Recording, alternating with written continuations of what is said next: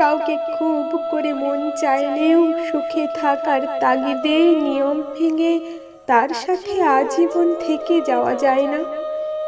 কারো প্রতি তীব্র মায়া কাজ করলেও কেন নিয়ম ভেঙে বলা যায় না তোমাকে আমার প্রয়োজন? কাউকে জড়িয়ে ধরার প্রচন্ড ইচ্ছা থাকা সত্ত্বেও কেন নিয়ম ভেঙে জড়িয়ে ধরা যায় না?